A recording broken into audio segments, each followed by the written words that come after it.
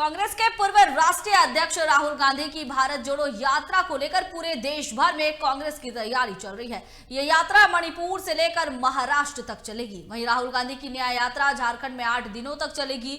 यात्रा को लेकर झारखंड में भी तैयारी जोरों से है। वहीं इसे लेकर कांग्रेस के राष्ट्रीय प्रवक्ता ज्योति सिंह से खास बातचीत की हमारे संवाददाता चितरंजन कुमार ने। कि भारत जोड़ो न्याय यात्रा को लेकर देश भर में कांग्रेस तैयारी कर रही है। जिन राज्यों में उनकी यात्रा जानी है, झारखंड में भी राहुल गांधी की 8 दिनों तक ये यात्रा चलेगी। उसकी तैयारी को लेकर national spokes person Jyoti Singh Jharkhand दौरे पर, झारखंड के उन जिलों पर जाकर जिला अध्यक्षों के साथ और जो प्रभारी उनके साथ बैठक करके एक तैयारी जो यात्रा है उसकी तैयारी के निमित्त झारखंड दौरे पर है। ज्योति सिंह जी, भारत जोड़ो न्याय यात्रा राहुल गांधी की 8 दिनों तक, सेकंड सबसे ज्यादा दिन झारखंड में ही राहुल गांधी जी की यात्रा। क्या लगता है झारखंड में उनकी यात्रा कितनी सार्थक और 2024 के चुनाव में कितनी मददगार होगी कांग्रेस के लिए और इंडिया गठबंधन? देखिए, मणिपुर में ये जो यात्रा है, ये तो यात्रा लोगों के वेलफेयर के लिए है। ये तो हम कोई राजनीतिक यात्रा के हिसाब से तो नहीं निकाल रहे हैं। हम लोगों को बताने के लिए, जगाने के लिए कि आपके ये अधिकार है, आपके ये बुनियादी फंडामेंटल राइट्स हैं, उसको बताने के लिए, उसको जगाने के लिए। तो मणिपुर में जो वहां की सरकार है वो खुद तो उस ग्राउंड से राजनीतिक कार्यक्रम करती है, और जब हम लोगों के वेलफेयर और लोगों के जगाने की बात करने के लिए कोई पदयात्रा कर रहे हैं तो आप मुझे मना करते हैं। तो कोई बात नहीं, हमें तो करना है। हम तो लोगों के लिए, कांग्रेस पार्टी लोगों के लिए समर्पित है। आज कांग्रेस पार्टी जब आजादी की लड़ाई में अपना जिंदगी दे दी, पूरा कितने लोग जेल गए, कितने लोग की मौतें हुई हैं, तो ये भी एक हमारी दूसरी लड़ाई है। ये हमारी दूसरी लड़ाई है और इस लड़ाई को हम बखूबी लड़ेंगे और इस तानाशाह सरकार को उखाड़ कर फेंकेंगे। का तो काम यही है, सकारात्मक का काम हम लोग कर रहे हैं।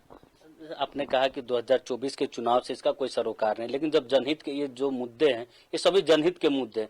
जब कोई भी पार्टी अब जनहित के मुद्दे उठाती है और जनहित में जब उसका स्वीकार्यता बढ़ती है तो इसका तो फायदा राजनीतिक पार्टी को होगा जो जनहित के मुद्दे उठा रहे हैं। तो ठीक है ना, इसमें गलत क्या है? इसमें गलत क्या है? इसमें तो कुछ गलत तो नहीं है।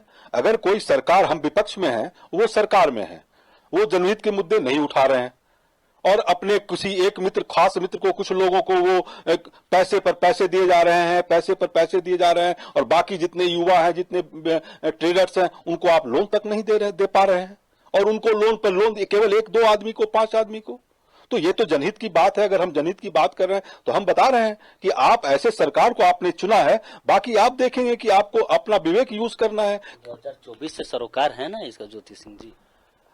चूंकि हम पॉलिटिकल पार्टी हैं तो राजनीति कर रहे हैं, केवल सत्ता के लिए नहीं कर रहे हैं, हम लोगों के वेलफेयर के लिए करें। अगर लोगों को लग रहा है कि ये पार्टी कांग्रेस पार्टी है जो हमारे मुद्दे को उठा रही है तो इनको ही वोट देना चाहिए, और हम चाहेंगे कि वो कांग्रेस पार्टी और इंडिया अलायंस को ही ये वोट दें, ताकि इस तानाशाह सरकार को उखाड़ कर फेंके, ताकि उनकी बुनियादी बातों को इंडिया गठबंधन की जो सरकार बनेगी वो पूरा करेगी।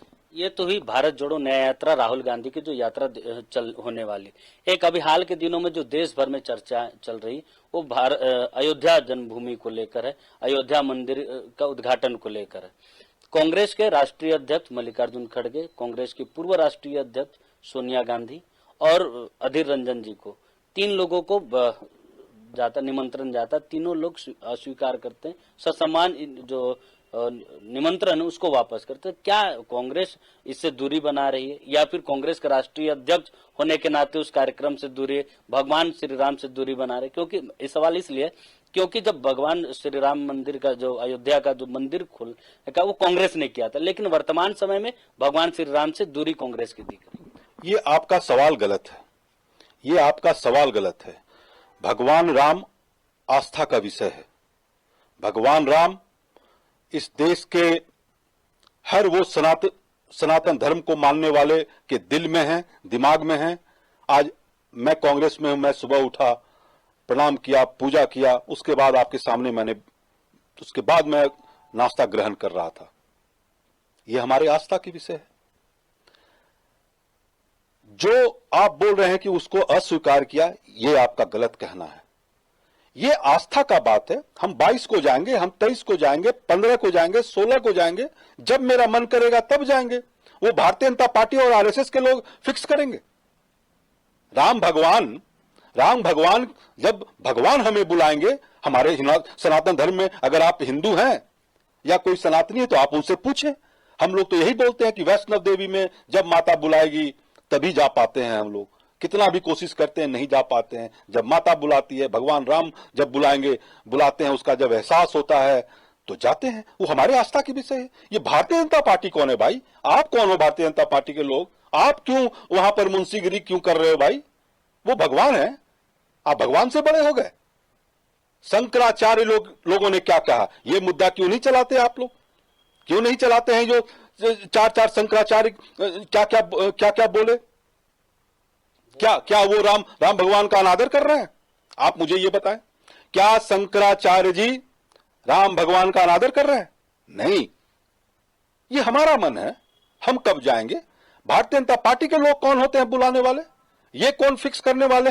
बुजुर्ग लोग हैं, उनके लिए विशेष तौर पर एजुकेशन, हेल्थ, ये सारे मुद्दे कांग्रेस पार्टी के लिए अहम रहेगी, जो बजट में देखना पसंद करेगी।